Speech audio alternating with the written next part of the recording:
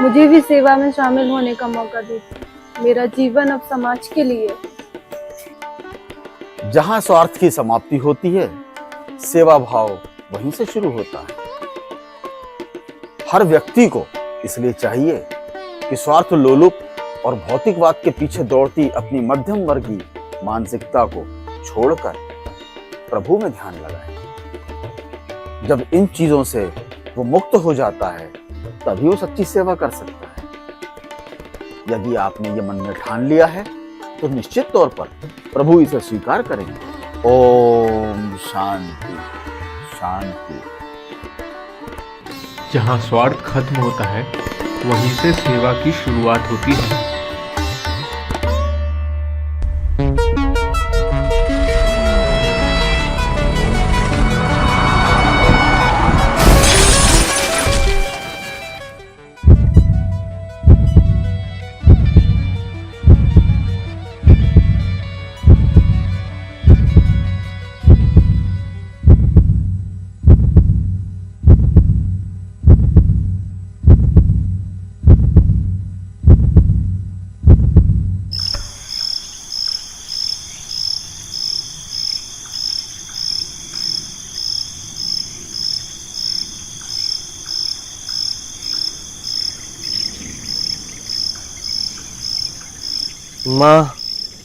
माँ, आप ठीक हैं?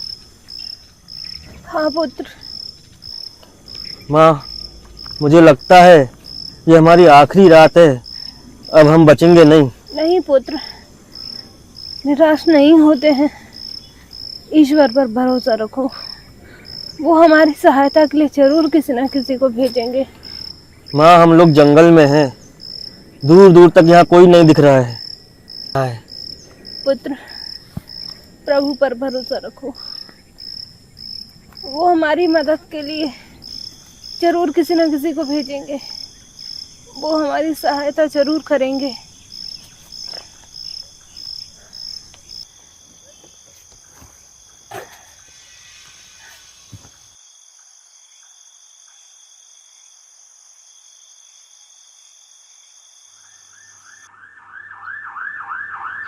ये सिर्फ एक हादसा नहीं था, ये सवाल था सिस्टम से।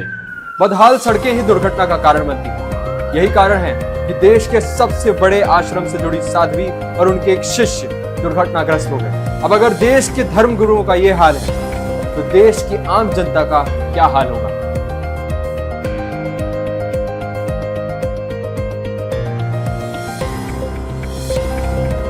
यहाँ ये बताना मुश्किल है कि गड्ढों में सड़क है या सड़क में गड्ढे। देखिए, आप देख सकते हैं यहाँ पे एक धर्म गुरु की गाड़ी का एक्सीडेंट हुआ है। सरकारें वादे तो खूब करती हैं, लेकिन क्या उसे निभाती हैं? कैमरामैन आदर्श के साथ मैं अथर्व, प्रांजल न्यूज, भोपाल। जब हादसा बड़ा हो तब सुर्खियां बनती हैं, लेकिन आम जनता तो हर रोज इन्हीं गड्ढों में अपनी उम्मीदें खोती है।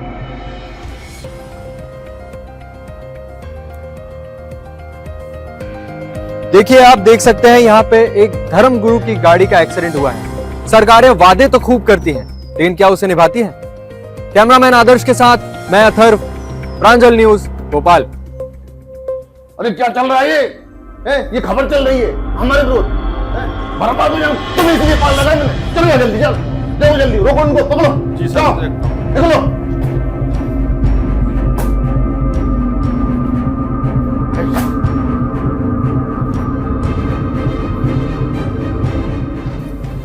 सत्ता के लिए जनता नहीं, सिर्फ इमेज मायने रखती है।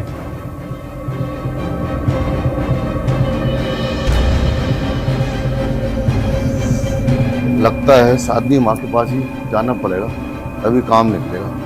ओए, गाड़ी निकालो, चलो चलो।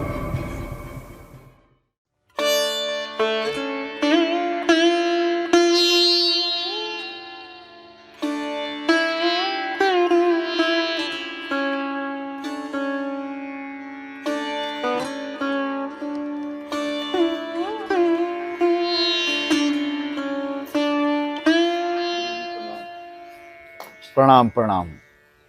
कैसे आना हुआ आपका? आपके दर्शन के लिए जाओ गुरु जी।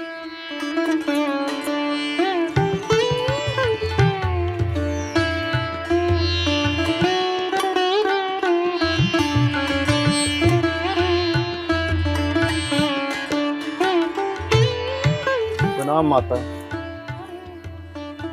माता हम बर्बाद हो जाएंगे, बहुत परेशान हो गए हैं। ये पूरा मीडिया में हमारा चल रहा है, हम इतने बड़े पद पे हो गए भी हम कुछ नहीं कर पा रहे।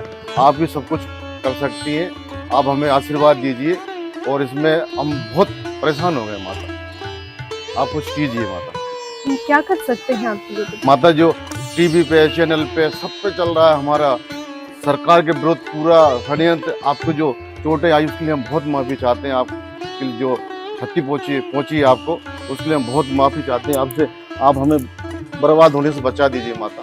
हम जो तो छोटी सी भेंट लेके आए आपके लिए माता, इसको स्वीकार कीजिए माता। माता पुत्र, हम इस धन का क्या करेंगे? कुछ धन हमारे किसी काम का नहीं है। माता आप कुछ भी कीजिए, आश्रम में लगाइए, आप इस आश्रम में कहीं पर भी लगाइए।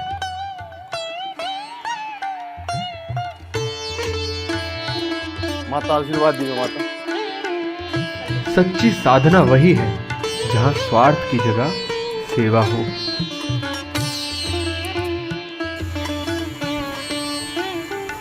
गुरुदेव, ये धन जनता का है, इसे समाज की सेवा के लिए लगाइए।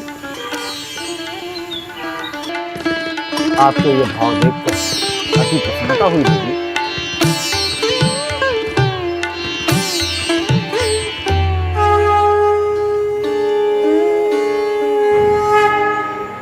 जब धन सही हाथों में हो तब वो चमत्कार बन जाता है।